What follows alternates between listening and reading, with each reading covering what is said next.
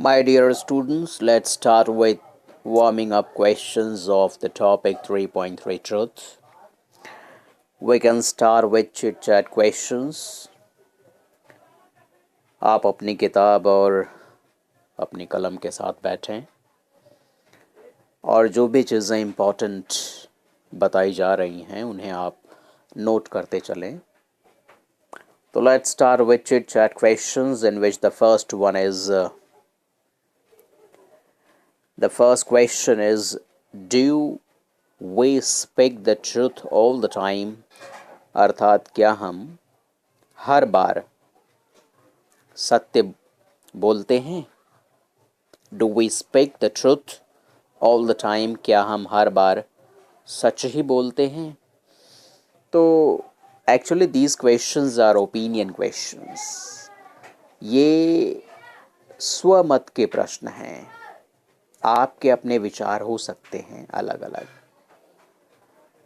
तो as a student अगर मैं अपनी बात करूं तो मैं इसका जवाब ये दूंगा कि most of the times I speak the truth. Most of the times I speak truth. So you can write the answer of this question. Most of the times. Most of the times I speak truth. See the next question. Why do we tell lies? हम झूठ क्यों बोलते हैं? तो बच्चों, हम अक्सर जो है कि भय की वजह से या डर की वजह से सच को छिपाने के लिए झूठ बोलते हैं. अक्सर ये देखा जाता है कि भयवश, डरवश सच को छिपाने के लिए हम झूठ बोलते हैं. तो answer can be written as to hide the truth out of fear we tell lies.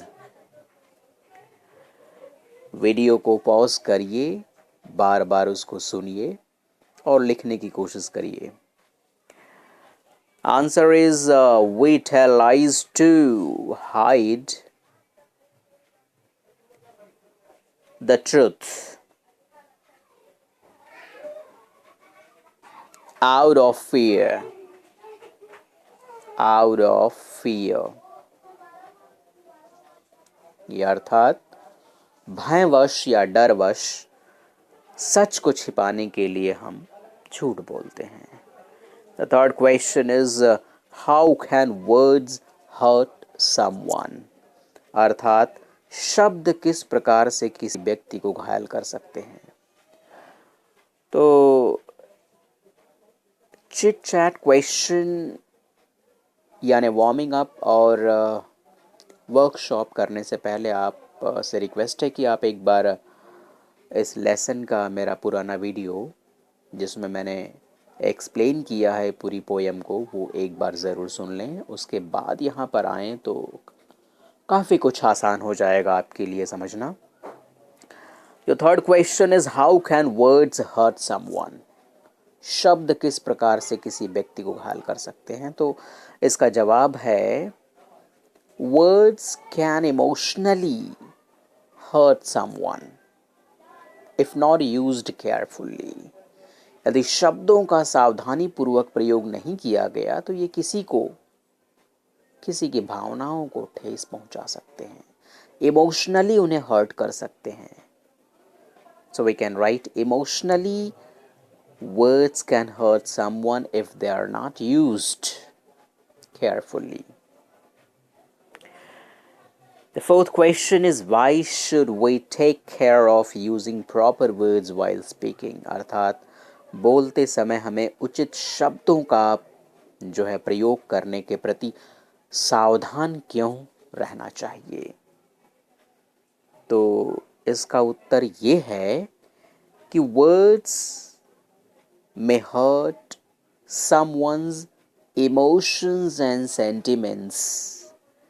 Emotions and sentiments.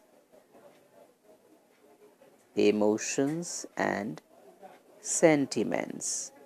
अर्थात किसी की भावनाओं को आहत कर सकते हैं ये शब्द, यदि उनका प्रयोग बोलते समय सावधानी पूर्वक नहीं किया गया तो। The last question of chit chat is how do we break relationships? अर्थात हमारे रिश्ते नातों में या हमारे रिश्तों में, संबंधों में कैसे ब्रेक आ जाता है, क्यों टूट जाते हैं। तो बच्चों, सबसे पहले तो मैं आपको ये बता देना चाहता हूँ कि रिलेशनशिप्स जो टूटती हैं वे शब्दों की वजह से बहुत ही बार टूटती हैं। तो we can write the answer of this question, we break the relationships by using bad words, telling lies. जो है कभी कभी हमारा झूठ, कभी कभी हमारे जो है गलत शब्द, हमारी गलत जो है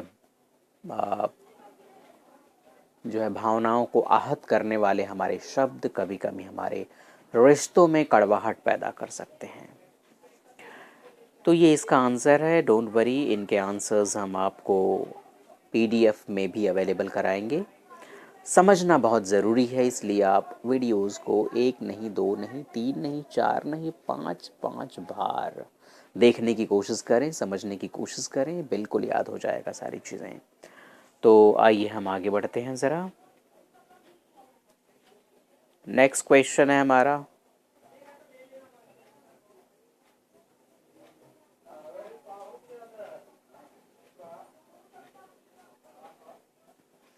ये रहा आपकी स्क्रीन पर। Write down 5 things that make you very happy. ऐसी 5 चीज़ों के नाम आप यहाँ लिखें जिसने आपको बहुत ही खुश किया हो। तो for example, our team wins the match. हमारी टीम ने मैच जीता। तो इस प्रकार के 5 और मोमेंट्स आपको लिखने हैं, क्षण लिखने हैं, समय लिखने हैं, जिसने आपको अत्यधिक प्रसन्न किया। तो एक्सप्लेनेटरी क्वेश्चन है, आंसर्स आपको ऑलरेडी मैं प्रोवाइड कराऊंगा पीडीएफ फॉर्म में। सो डिस्कस करते हैं। सो फर्स्ट है, when I get gift from someone. जब मुझे किसी से उपहार मिलता है तो I feel very happy. When I go for picnic with my parents. जब मैं अपने माता पिता के साथ सैर सपाटे के लिए जाता हूँ। When teachers praise me in the class। जब शिक्षक या शिक्षिकाएं मुझे क्लास में मेरी तारीफ करती हैं। When I take part in any competition। जब मैं किसी स्पर्धा में भाग लेता हूँ। When my parents fulfill my demands। जब मेरे माता पिता मेरी कोई इच्छा पूरी कर देते हैं। तो ये ऐसे मौके हैं, ये ऐसे प्रसंग हैं, ये ऐसे क्षण हैं, ये ऐसे पल हैं जब मैं अत्यधिक आनंदित होता हूँ। तो ये आंसर्स आपको मैं प्रोवाइड कराऊंगा पीडीएफ में। सो यहाँ पर डिस्कस करना बहुत ज़रूरी है। आइए फिर हम नेक्स्ट क्वेश्चन की तरफ बढ़ते हैं अपने। Your next question is write down 5 things that are hard to forget because they had upset you greatly। ऐसी 5 चीज़ों के बारे में आप लिखिए that are hard to forget, जिन्हें भूलना बहुत कठिन है, because they had upset you greatly, क्योंकि उन बातों ने आपको बहुत ही अधिक विचलित किया। तो for example, my best friend quarreled with me। मेरे सबसे अच्छे मित्र ने मेरे साथ झगड़ा किया। तो ये एक मोमेंट है। ऐसे 5 मोमेंट्स आपको यहाँ शेयर करने हैं आपको। तो चलिए हम डिस्कस करते हैं। My grandmother's death. ये एक ऐसा पल था जिसने मुझे बहुत ज़्यादा अपसेट किया, and this is very hard to forget. Number 2, when I failed in maths for the first time, जब मैं पहली बार मैथ्स में फेल हुआ। When some people were beating a dog, जब मैंने देखा कि कुछ लोग एक बेसहारा और असहाय कुत्ते को पीट रहे थे।